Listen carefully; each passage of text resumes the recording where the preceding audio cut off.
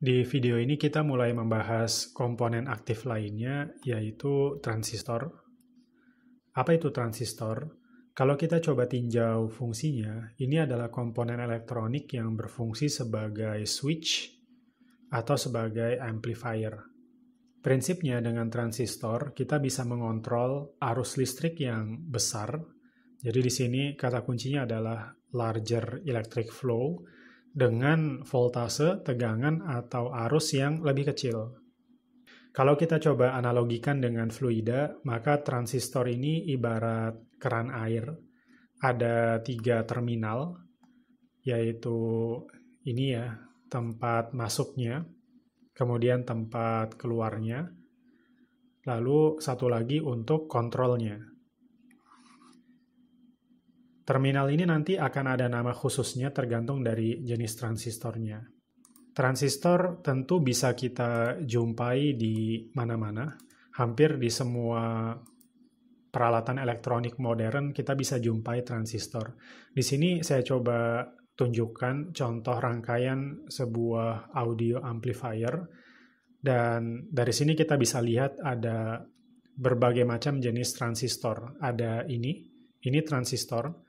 Lalu secara khusus saya ingin memberikan catatan kepada ini ya. Ini yang bentuknya segitiga. Ini kita menyebutnya namanya op-amp, operational amplifier. Ini bentuk fisiknya adalah seperti ini, op-amp LM358. Dan kalau dicoba dibongkar, maka dia sebenarnya terdiri dari transistor yang lebih banyak. Ada sekitar 20-an transistor di dalam op-amp LM358. Nah, dari contoh sederhana ini, saya ingin tunjukkan bahwa satu, transistor ada di mana-mana, dan transistor itu secara umum ada 2 macam bentuk fisiknya. Nah, yang pertama yang kita sebut sebagai discrete transistor. Nah, ini yang lebih sering kita lihat barangkali, berbentuk komponen fisik dan satuan ya. Lalu kemudian satu lagi adalah IC, Integrated Circuit transistor. Nah, ini yang tadi diberikan contoh di op-amp operational amplifier. Proses pembuatannya spesial, dijelaskan di berbagai macam video di YouTube. Ini saya coba ambil video dari Intel ya. Bagaimana proses pembuatan transistor yang sangat banyak langsung sekaligus. Baik, selanjutnya kita akan coba bahas mengenai tipe-tipe atau jenis dari transistor. Secara umum, kita bisa bagi transistor menjadi 2 kelompok besar, yaitu kelompok bipolar dan juga kelompok field effect. Apa perbedaan dari 2 kelompok besar ini? Jadi sebenarnya ada beberapa perbedaan, tetapi perbedaan yang cukup menonjol itu adalah bahwa untuk field effect, dia memiliki nilai input impedance yang cukup tinggi. Sehingga untuk transistor FET, dia hanya mengambil arus yang sangat kecil.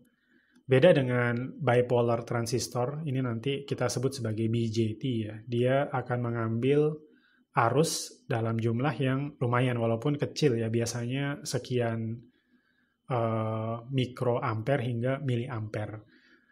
Nah, oleh karena itu, cara mengendalikan transistor jenis bipolar dan FET ini berbeda.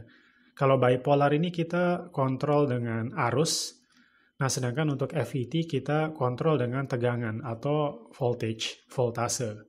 Di video ini kita akan coba fokus ke tipe yang pertama ini, yaitu tipe bipolar. Kita menyebutnya BJT, Bipolar Junction Transistor. Mari kita coba bahas lebih jauh. Jadi ada 2 konfigurasi untuk BJT. Ini yang kita sebut sebagai NPN, tipe NPN negatif, positif, negatif, dan juga tipe PNP, positif, negatif, positif. Nah, hanya saja saya akan lebih fokus ke tipe NPN untuk pembahasannya. Nah, kenapa kita sebut sebagai NPN? Karena pada dasarnya transistor itu adalah gabungan dari 2 PN junction. PN junction. Ini konsep yang sedikit disinggung di pembahasan mengenai dioda. Jadi sebenarnya dia adalah gabungan dari 2 PN junction atau 2 dioda. Kita coba perhatikan dulu untuk BJT, transistor BJT tipe NPN, ada 3 terminal, yaitu yang kita sebut sebagai base, lalu kemudian collector C, dan juga emitter E. Nah, untuk emitter ini ada panahnya ya. Ada panahnya sehingga kita bisa bedakan, kita bisa tentukan identifikasi mana yang emitter, dan ini menunjukkan arah arusnya. Jadi, arah arus utama untuk sebuah transistor BJT NPN itu adalah dari kolektor menuju emitter. Ini adalah arah arus utamanya. Dan ada arus yang lebih kecil, itu mengalir dari B menuju E. Nah, ini yang nanti akan mengontrol arah arus utamanya. Bisa kita coba perhatikan di sini, jadi diberikan juga water analogy, jadi analogi kalau seandainya fluida seperti apa. Jadi di sini kita diberikan 2 macam katup, katup nomor 1 dan juga katup nomor 2. Kalau seandainya kita berikan aliran air yang cukup dari sini, dari base, kita coba berikan aliran air yang cukup, nah sehingga bisa menekan biasing spring ya. Jadi karena si katup ini diberikan spring, ditahan oleh spring sebesar dalam tanda kutip sekitar 0,6 atau 0,7 voltage. 0,6 atau 0,7 volt.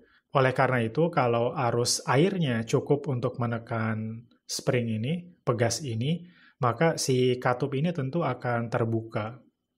Si katup ini tentu akan terbuka ke arah sini. Akan terbuka, tetapi karena katup 1 dan katup 2 terhubung, maka ini nanti katup 2 pun akan terbuka ke arah sini, sehingga akan membuka pintu lebih besar. Dan arus yang lebih utama, arus air yang lebih utama, yaitu dari kolektor menuju ke emitter, ini akan lebih banyak lagi yang mengalir. Nah, kira-kira seperti itu analoginya. Dan sekarang mari kita coba bahas rumusnya.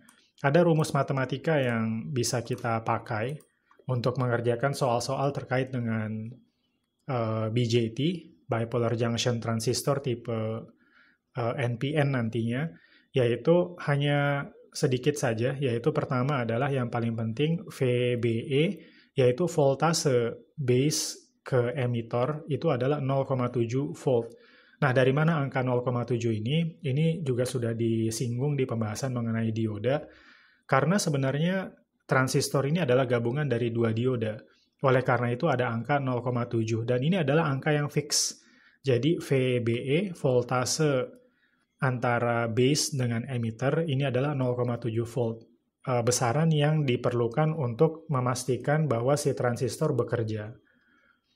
Dan berikutnya, IE, arus emitter, itu sama dengan arus di kolektor ditambah dengan arus di base. Ini yang kita sebut sebagai IB, ini yang kita sebut sebagai IC. Ini saya coba perbaiki aja, saya pisahkan. Jadi kita punya IC di sini, kemudian ada IE di sini. Nah, jadi bisa diperhatikan bahwa arus dari base yang besarannya kecil, jadi jumlahnya kecil ya biasanya dibandingkan IC atau IE, dia akan bergabung ke sini.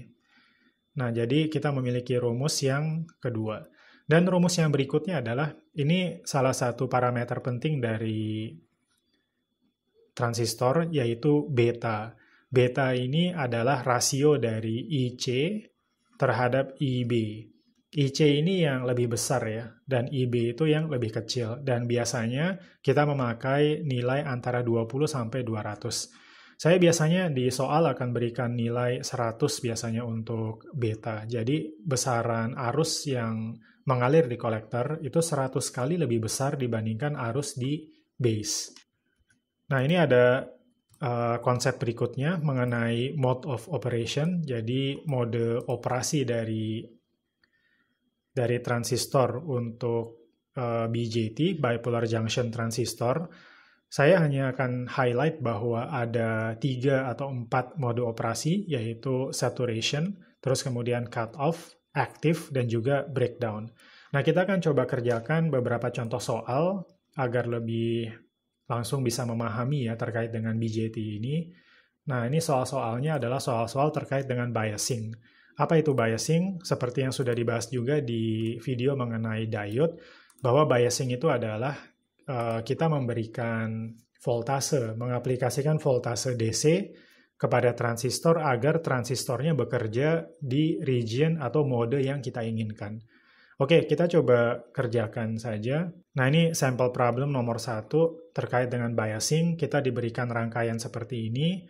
Ada 2 sumber tegangan, yaitu 5 volt untuk memberikan tegangan kepada base, dan juga 10 volt untuk memberikan tegangan kepada kolektor.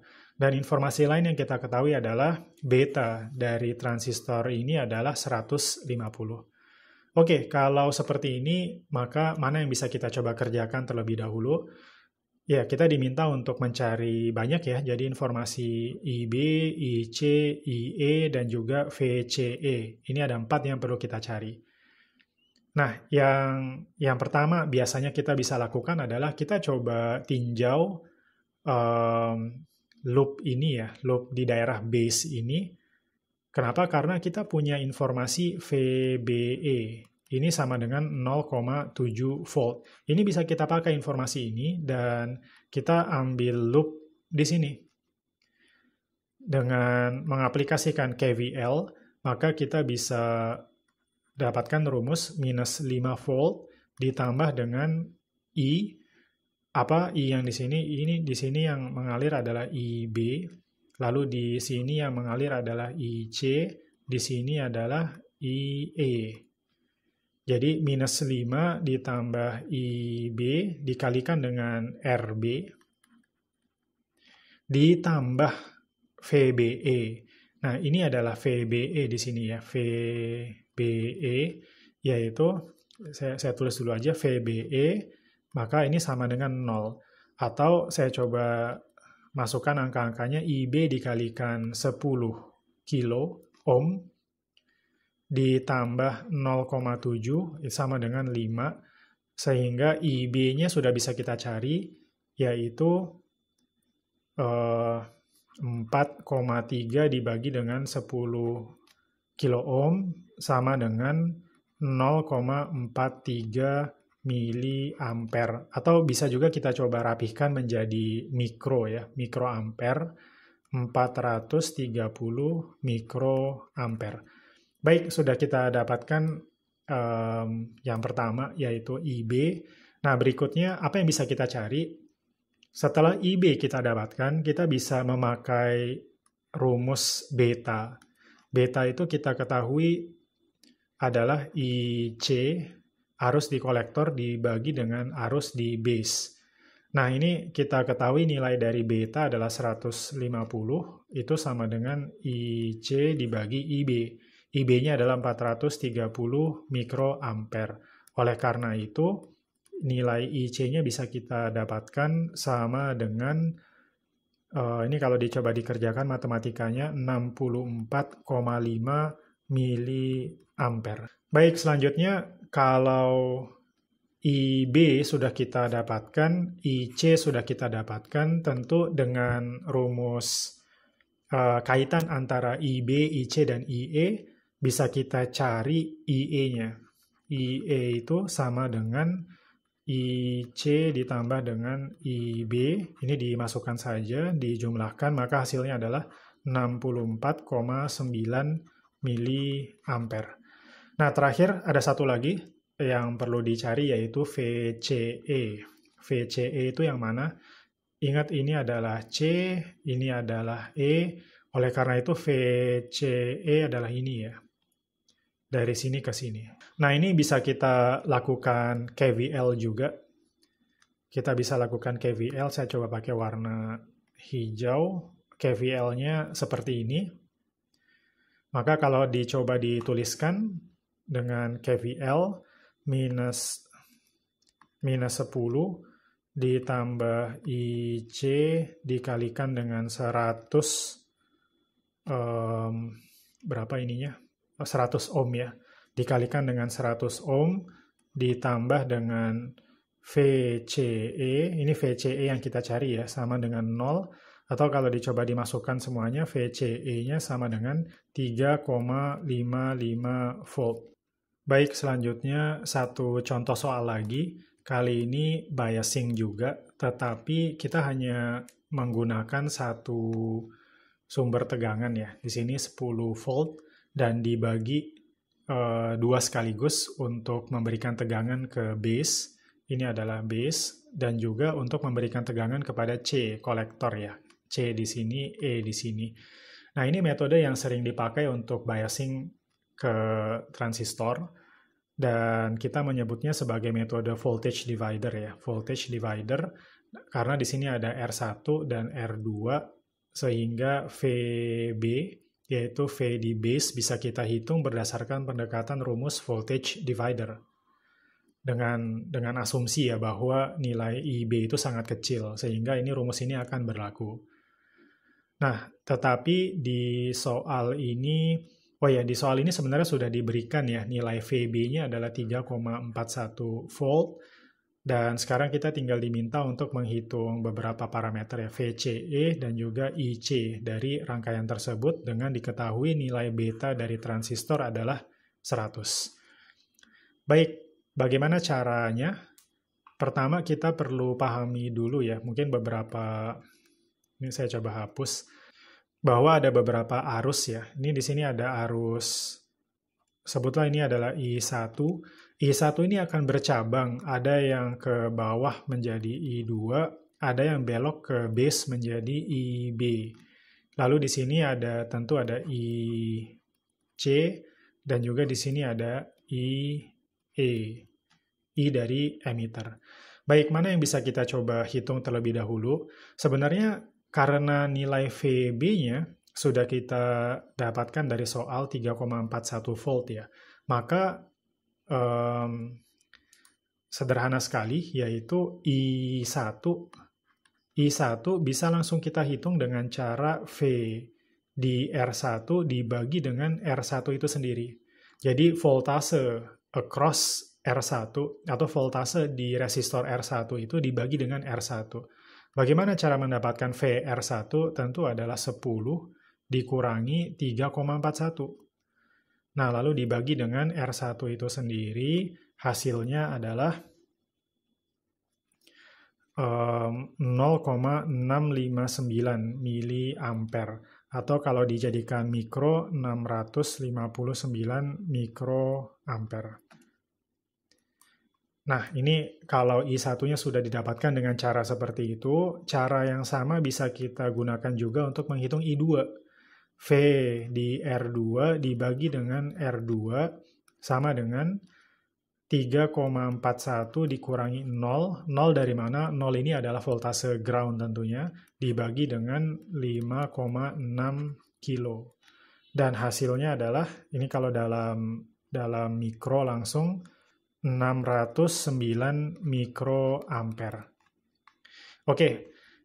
I1 dan I2 sudah kita dapatkan, dan dari hubungan I1, I2, dan IB bisa kita pahami bahwa IB itu adalah I1 dikurangin I2.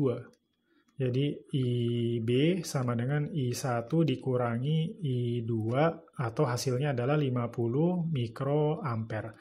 Ini sudah kita dapatkan yang IB-nya, dan kalau IB sudah kita dapatkan, bisa kita hitung IC dengan cara IB ini dikalikan dengan nilai betanya. Dan hasilnya adalah nilai 50 mikroampere ini dikalikan dengan 100, hasilnya adalah 5 miliampere.